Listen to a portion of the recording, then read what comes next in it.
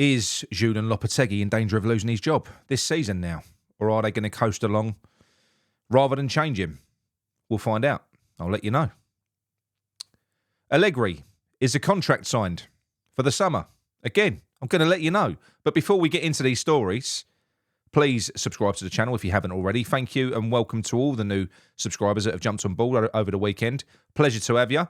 And don't forget, drop a like on the video. That's the most important bit because it does really help the channel. So I've had a few conversations since the weekend. This isn't going to be a morbid and morose video. Well, it might be, the tone of it, because it's not going to be what you want to hear.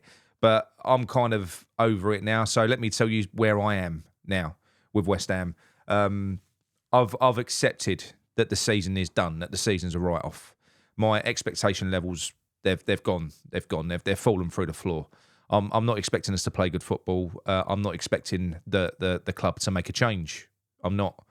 And if the club did make a change, I'm not expecting anybody else to come in this season that would lift our spirits and play better football. That's where I am at the moment. But the information that I've got thus far is quite explicitly, Sullivan is well aware, the same as the rest of us, that that was not an acceptable performance the other day, and that we were lucky as hell, that the atmosphere was terrible, that it was half empty in there. In his own words, it was crap. It was crap. He wasn't happy. It was lucky. But the fact of the matter is, we have now arrived at a stage in the season after 16 games where, yeah, you can look at it and say we're 7 points off the European places. I mean, forget that. We're going to finish around about where we are now. We're not going to get relegated. You know, playing as poorly as we are, and we are playing poor, we're 9 points clear of relegation. You know, we're far and away better than a lot of the crap that is in this league. We're not going to get relegated. They know this, you know. So, in a sense, when you look at the managers that we are rumoured to be getting in to replace Lopetegui, should he fail badly at some point, you may as well stick with Loppe. You might as well. You might as well. We're out of one cup. We haven't got Europe. We're sitting in 14th. There's no risk of us getting anywhere near that top half of the table. The teams above us are far better. They are. Bournemouth, Brighton, Fulham, Brentford, Nottingham Forest. All of these teams have left us behind at the moment. They have. So where we are is probably around where we are. 12th would be amazing based on where we are now, the way we played this season. And yeah, 12th would be brilliant, but we're probably going to finish between 12th and 15th. I would guess we're not going to get relegated. So based on that, they're probably thinking to themselves, what is the point? What is to be gained in paying off a manager to save a dead season, or do you know what I mean, or to carry a dead season? Because it would have to be some turnaround for a manager to come in and pick up this squad, which I firmly believe now is unbalanced. It's completely unbalanced. You know, Lopetegui has not done well in any way, shape or form, but also I don't think he's been given the tools to do as well as he possibly could. Look at the right back. We all love Wan-Bissaka. I do, but when you look at the style of football that Lopetegui wants to play, he isn't that guy. Wan-Bissaka, I know he scored 2 goals and he's a great player and he will be a great player for West Ham, but I'm talking about the manager that we've got in place and the style of play that he wanted to implement. Wan-Bissaka was a wrong right back. We've got no legs in central midfield. Our defence looks terrible, but we've got no legs in central midfield. There's nothing. Alvarez has fallen off a cliff. He's got no legs. Guido's got no legs. You know, Paqueta's not the quickest. Soler's relatively quick, but he's not rapid. We haven't really got any rapid players throughout the team, apart from a couple in the advanced areas. You know, your Somerville's, who's you feel now with everyone fit that Somerville still isn't really a first team player. You know, if Mickey was fit, which he isn't now, Somerville would probably be the one that was dropped for Kudus out on the left.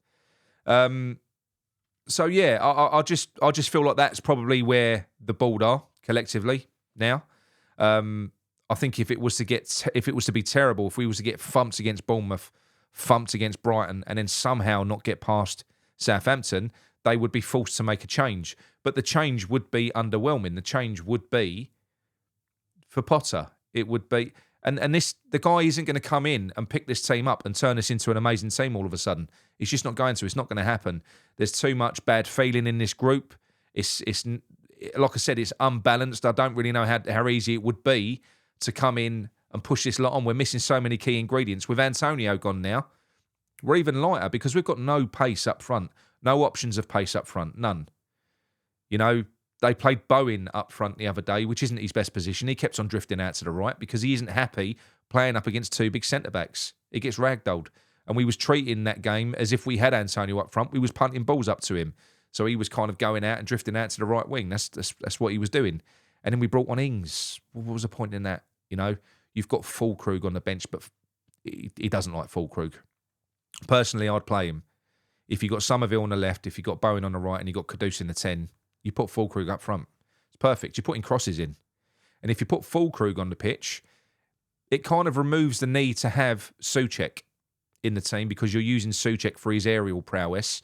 Scored a great looping header the other day. I didn't give him enough credit. And it was lovely. His words after the game, absolutely beautiful, very heartfelt. He's a genuine man. You can't not love Thomas. I just don't like him as a footballer. Love him as a man. But yeah, very classy from Thomas the other day. But in terms of the team and the team setup, if you was to put Fulkrug up front, you then don't need Souček box crashing because you've got your aerial threat. You've got someone to aim at. Which means that you can have more legs and more mobility in midfield because part of our problem the other day was Alvarez and Souček in central midfield. Both non-existent. Both ain't got any pace. Both look lost. You know? So you can fix a couple of problems there. You can fix a couple of problems there with a striker. I do actually think that we need that explosive central midfielder as well. We need legs and power in central midfield. Those are a couple of areas that they can address in January. So if we can get through this run of games and we can get a striker with pace, with power in January, and get a midfielder with pace, with power, and stop asking our backline, who isn't quick, to play so high, we could go on and have a vastly improved second half of the season under Lopetegui. Listen, if he went, I'd be happy. You know that. I'm not happy with Lopetegui. I don't want him here. I don't think he's the right manager. But let's get it straight. The alternatives are not great either. Do we really want that? Do you want someone to swan in for the second half of the season, be a hero, and then get the job? Because it's quite easy to do that. When you've got a situation that Lopetegui has got, where everything is so downbeat, and you've got players that are disenchanted and want out, it's a real bad kind of environment. It's quite easy to put your cape on, come in and be a lovely, uplifting character and just be fun and be successful for a few months. I think a lot of managers could do that. But then once the big contract lands and it's down to you to deliver your project and your vision, that's when you get to see the real manager. That's the difference between coming in to be a firefighter, doing a disaster recovery job, and being tasked with building something. And yeah, we've seen how that's gone in the past. Now, is Allegri lined up for the summer? Now, Jim White reported that it was done. It was all but done. As I said the other day, and I've got it clarified now, it is not done. There is no contract that has been signed. And I don't think there's going to be until the summer. From what I've been told, Allegri was open to having a contract in place with lots of stipulations that Sullivan would have to meet in order for him to come in, because Allegri has identified that there is chaos at the club, both on the pitch, but more importantly, off it. He said you can't build anything with bad foundations. The foundations need to be fixed. And that's him talking to Sullivan and his team that he's built. Brady, Stuyton, people like that. It needs to be fixed. It would all need to be written in. So for that reason, Sullivan isn't going to sign off on anything. So that story's been leaked either by Sullivan or from the manager's side to kind of alert everyone that Allegri is now in England, learning English, and he's going to be looking for a job in the summer. And I'll be surprised if we get him, because come the summer, there's going to be an awful lot of people looking for a manager of that profile. As part of his presentation, when he spoke to Sullivan, he presented his projects at Milan and Juventus. And although they're massive clubs that have had lots of success in the past, he pointed out that at the time when he went into these clubs, they were not successful. He's got a full body of proof. He's got evidence to show that he is a man that can develop a project, that can build, that can be successful. But he's made it very clear. He said West Ham are a sleeping giant. The project and the idea of me coming into a club such as West Ham and awakening that sleeping giant and turning him into a bit of a force. He loves that idea. But he said that dream can only be realised if everybody is aligned in their vision, if I'm given the tools to do it. He said that's the only way it can be realised.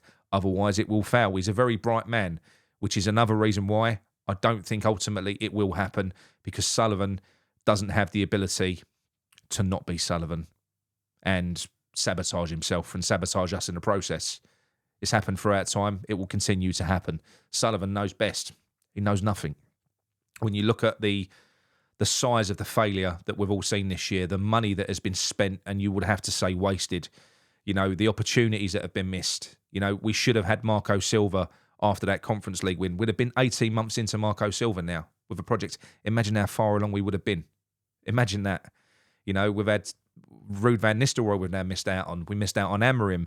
We've missed out on key players that would have helped us if we'd have had Yusuf Fofana, who we missed out on under David Moyes because he didn't want him, even though he just went and watched him put in a man-of-the-match performance against when he was playing for Monaco versus Arsenal. He said, no, I don't want him. Why are we even listening to him? We should have brought him in. We missed out on Duran. There are several targets that we've missed out on, so many opportunities to progress that we've just ignored.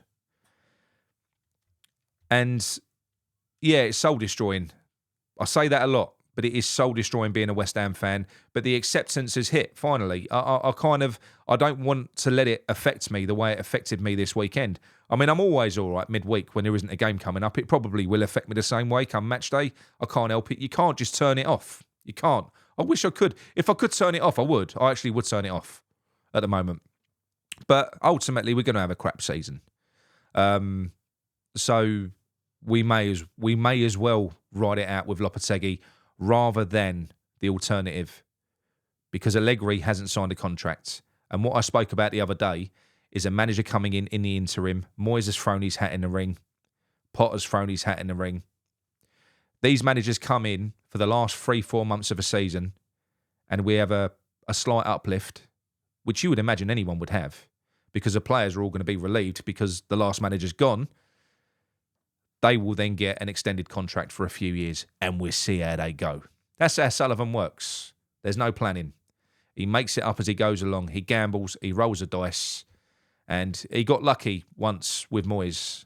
That was never supposed to happen. That was a gamble. So yeah, no Allegri. I'm not saying it's a definite no, but there isn't a contract on the table. That's crap. Lopetegui isn't going to go anywhere unless we lose 3 games on the row, which could fall on the Southampton game if we lose against Bournemouth and Brighton. But we'll beat Southampton. We'll beat them, and this will continue. I just think it's a dead season now. I do. I feel like us having expectations of anything more, we're just tormenting ourselves. We can be frustrated, and we can hold them to account, and just not bother. This is the trouble. A lot of people that were on the edge of leaving and walking away from West Ham, a full season of this will be enough to turn people away. I don't think that they will renew their season tickets next year. An awful lot of people that have been in two minds, toying with the idea of walking away because West Ham are bringing them nothing but misery at the moment. They're not bringing anything positive to their lives. A full season of what we've had here will probably be enough to push them out. But again, is that another part of the plan? Not the plan, or is it just a nice side effect for Sullivan? We know that they're trying to reduce the amount of season ticket holders because they make more money out of tourists than they do from season ticket holders. If you sell a season ticket seat, you'll make more money if there wasn't a season ticket holder in that seat. You'll make more money if you just sell 6 Category 1 tickets in that seat, and for the rest of the season it's empty. Plus, the tourists that buy those Category 1 tickets, they'll go and spend money in the club shop. They'll do this, they'll do that. They want to reduce season ticket holders. The only way you can do that is by killing a very loyal fan base, killing their passion for the team, which they're well on the way to doing. So it could all be part of the plan. I don't think so. Like I said, I think it just could be a nice side effect that they'll make the most of. But we shall see. Like I said to you, it is a very morbid and morose video, but I've done it in a bit of a better tone. I'm not as suicidal today. It's just very black and white for me now. We're shit. We're going to be shit this season. If Lopetegui stays, we'll be shit. If Lopetegui goes, I think we're going to continue to be shit. And if we're not, and we have a good end to the season, I'm then going to be panicked that whichever manager comes in and does a firefighting job, comes in and performs the heroics of saving us, he'll be given a 2-year, 3-year contract. And then next year we'll go, oh, fucking, what do we do that for? So, yeah, look, that's it from me anyway. Have a nice week, all right? Speak to you all soon. Don't forget, subscribe if you haven't already. Drop a like on the video. And, yeah, onwards and downwards. Come on, you irons.